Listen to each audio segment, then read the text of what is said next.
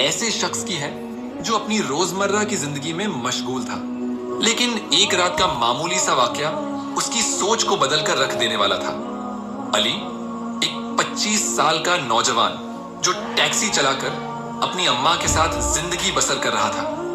उसका गुजारा अच्छा चल रहा था और अब वह अपनी खुद की गाड़ी लेने की तैयारी में था। उस दिन सुबह से उसने कुछ नहीं खाया था और भूख अब शदीद हो चुकी थी।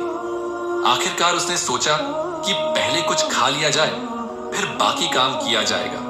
मोबाइल ऐप बंद किया और खाने की तलाश में सड़क के किनारे किसी स्टॉल की ओर बढ़ा। वह पहली बार उस इलाके में आया था, इसलिए रास्ते से ज्यादा वाकिफ नहीं था। जैसे ही एक मोड़ पर मुड़ा, उसे अंदाजा नहीं था कि यह रास्ता कहां ले जाएगा। सड़क पर अंधेरा गहरा था और चारों ओर एक अजीब सा सन्नाटा पसरा हुआ था। लेकिन कुछ ही आगे जाने पर उसे सड़क के किनारे एक छोटा सा ढाबा नजर आया। ढाबे के बाहर अच्छी खासी भीड़ थी और खाने की खुशबू से माहौल महक रहा था।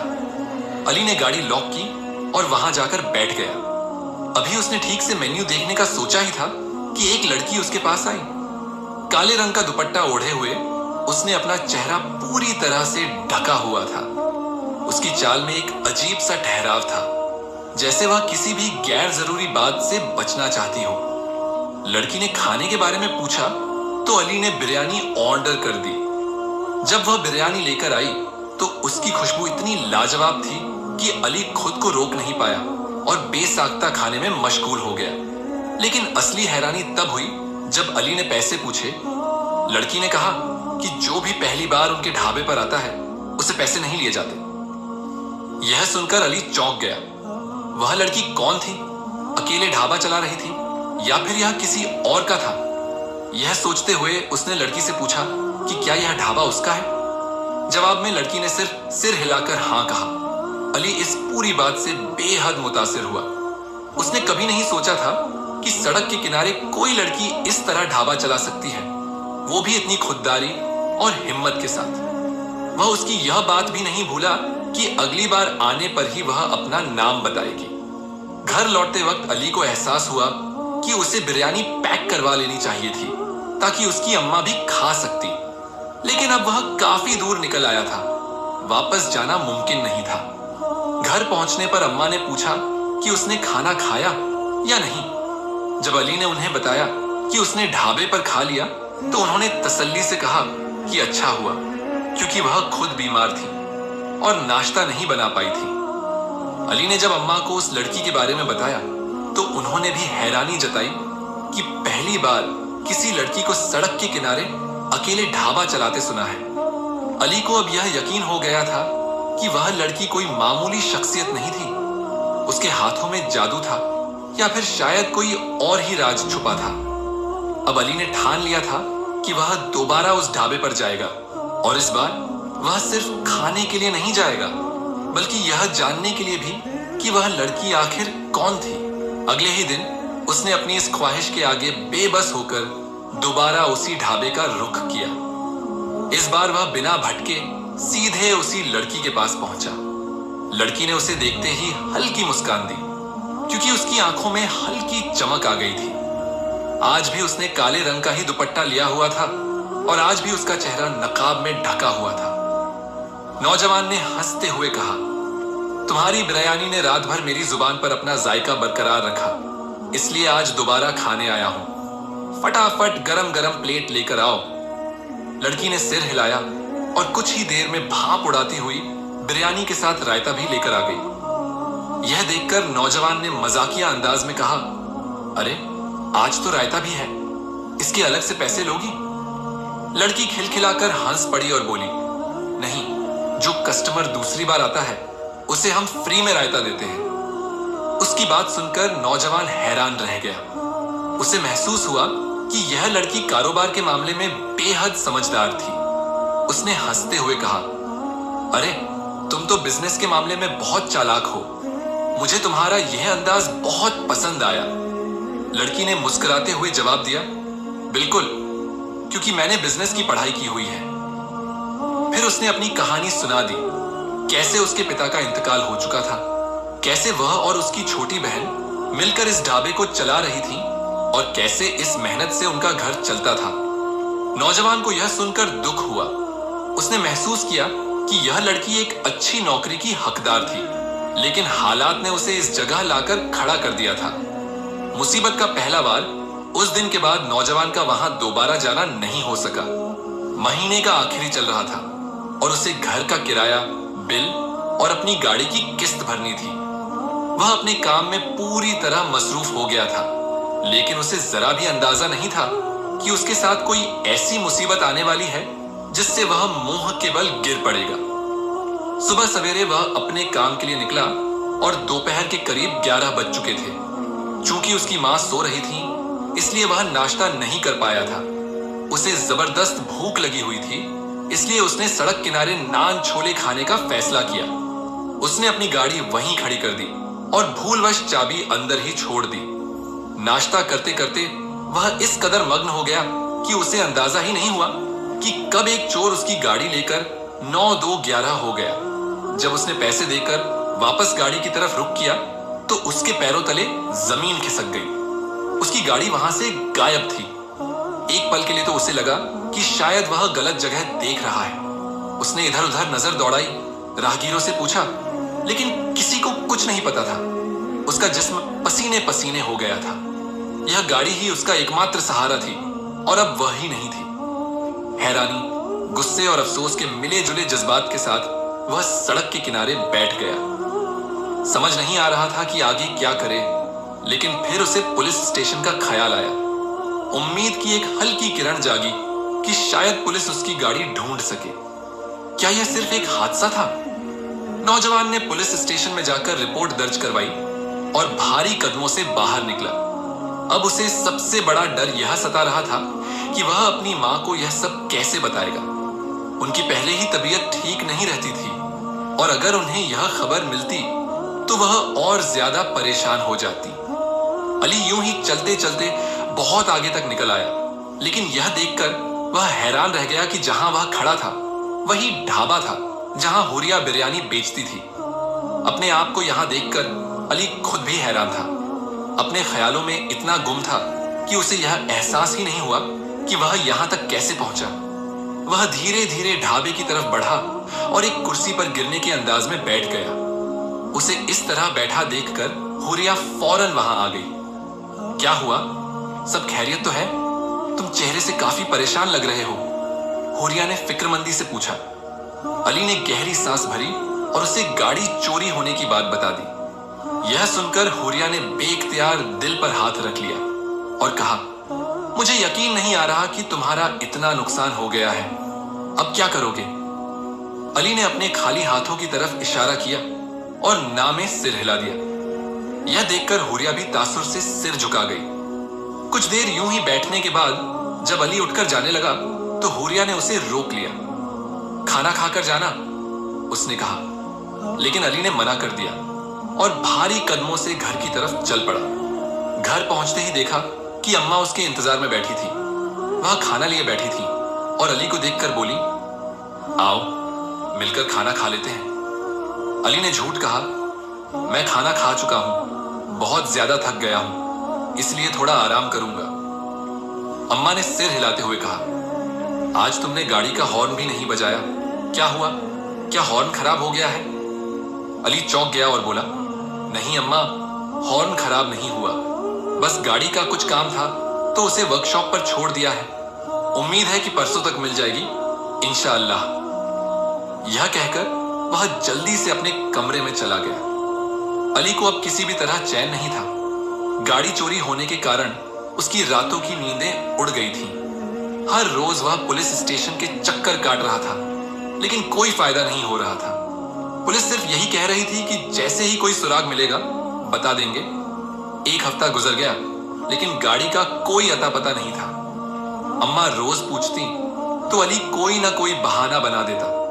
आज बहुत दिनों बाद वह फिर ढाबे पर चला गया। चेहरे से परेशानी साफ झलक रही थी। कुछ ही देर में हुरिया उसके पास आ गई। क्या हुआ? बहुत दिनों बाद आए हो, क्या तुम्हारी गाड़ी मिल गई? उसने फिक्रमंदी से पूछा। अली ने आहिस्ता से सिर हिलाया। नहीं, गाड़ी अब तक नहीं मिली, न जाने मिलेगी भी या नहीं। हिम्मत मत हारो, मिल जाएगी। हुरिया ने दिलासा देने की कोशिश की। फिर उसने अम्मा के बारे में पूछा। अली ने जवाब दिया, अम्मा ठीक है, मैंने उन्हें अब तक गाड़ी के बारे में नहीं बताया। थोड़ी देर सोच में डूबी रहने के बाद हुरिया ने कहा, अली क्या मैं तुम्हारी कोई मदद कर सकती हूं? अली ने हैरानी से उसकी तरफ देखा। अरे नहीं नहीं, तुम भला कैसे मेरी मदद कर सकती हो? बस दुआ करो कि मेरी गाड़ी मिल जाए। बहुत परेशान हूं, गाड़ी की किस्त भी देनी है, घर का किराया भी बाकी है, मेरे पास तो बस खाने भर के ही पैसे बचे हैं।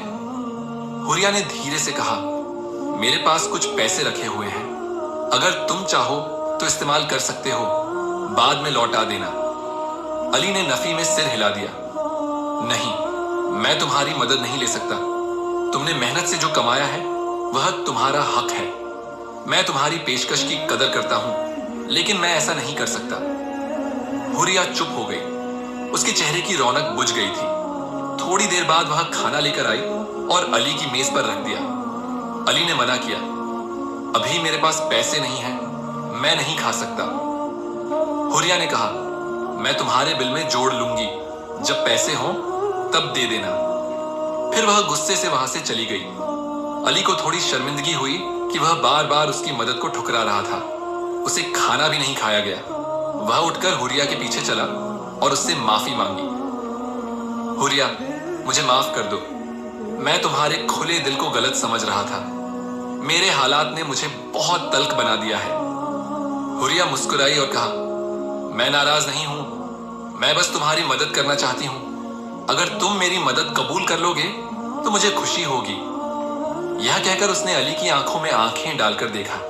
पहली बार ऐसा हुआ था कि उसने इस तरह अली को देखा था। अली एक लम्हे के लिए थम सा गया। ऐसा महसूस हुआ जैसे वह उन आंखों में कैद हो गया हो। फिर अचानक उसे होश आया और उसने धीरे से इनकार कर दिया। वापस अपनी मेज की तरफ लौट आया। बिरयानी ठंडी हो रही थी, लेकिन अली अब भी उन्हीं चंद लम्हों में खोया हुआ था। उसे समझ नहीं आ रहा था कि हुरिया की आंखों में ऐसा कौन सा जादू था जो उसे बांध रहा था।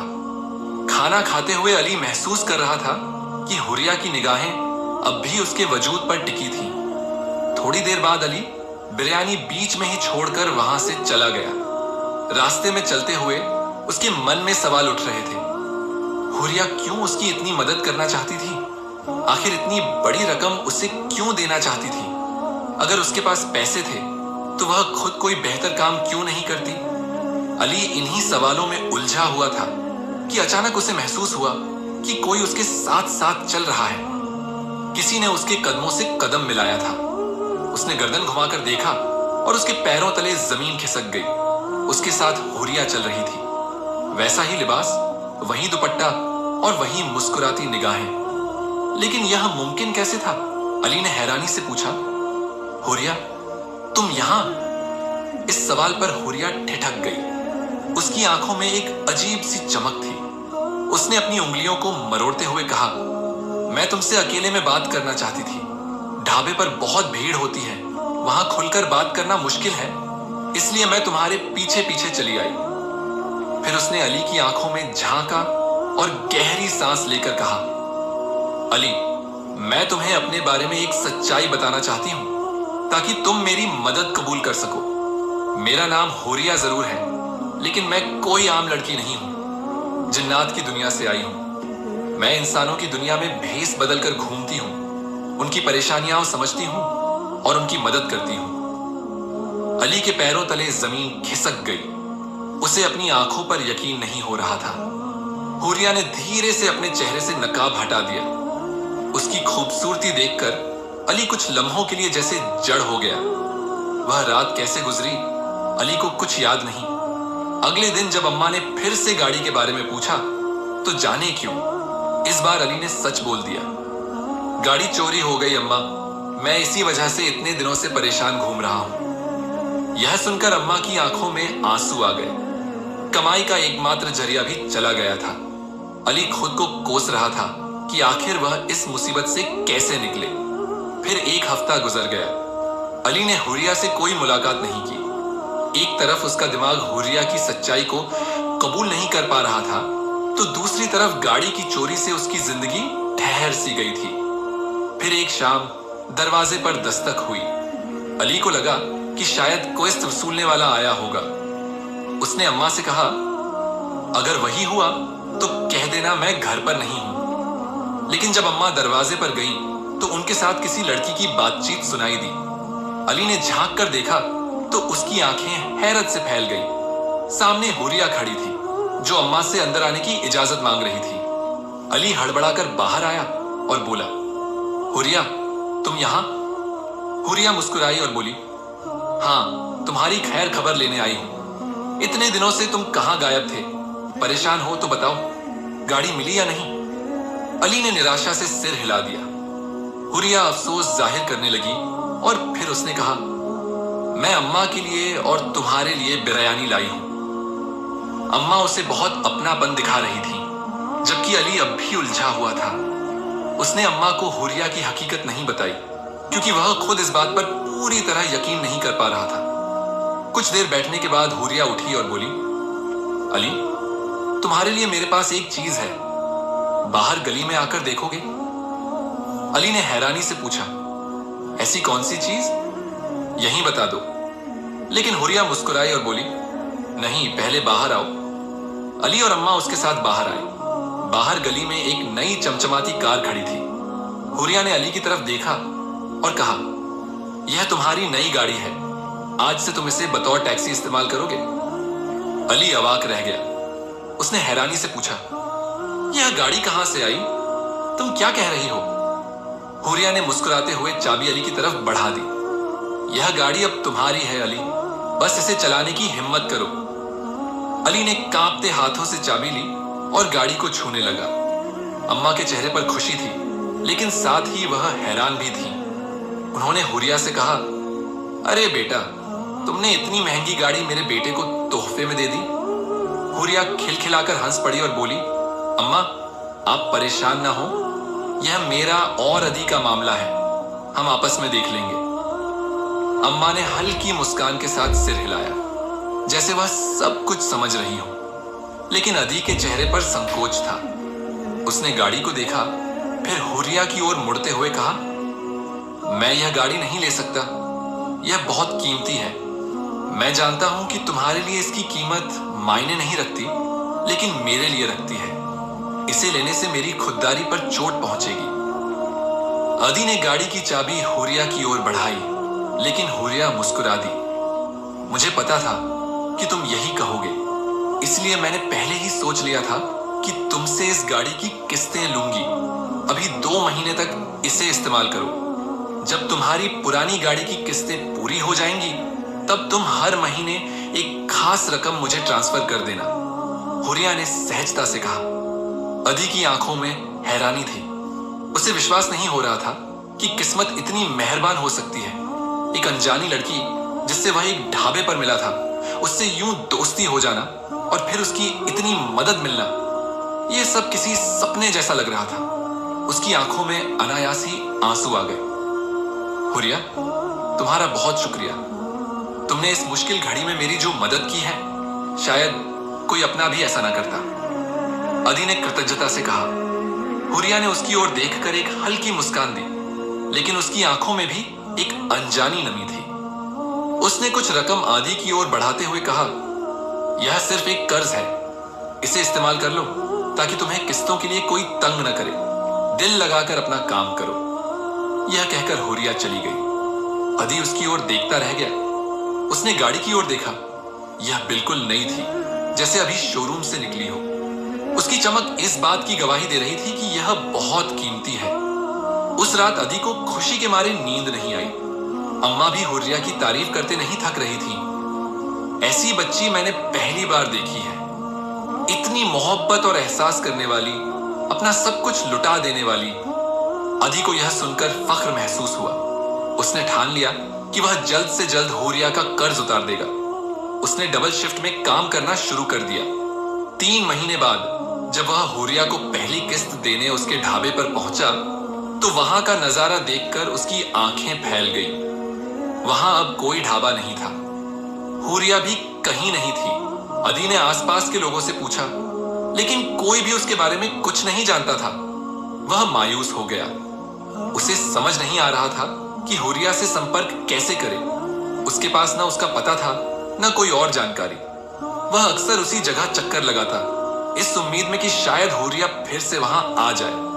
और फिर एक दिन वही हुआ जिसका उसे बेसब्री से इंतजार था। जैसे ही वह अपनी गाड़ी में बैठने लगा, उसने सामने से आती हुई हुरिया को देखा।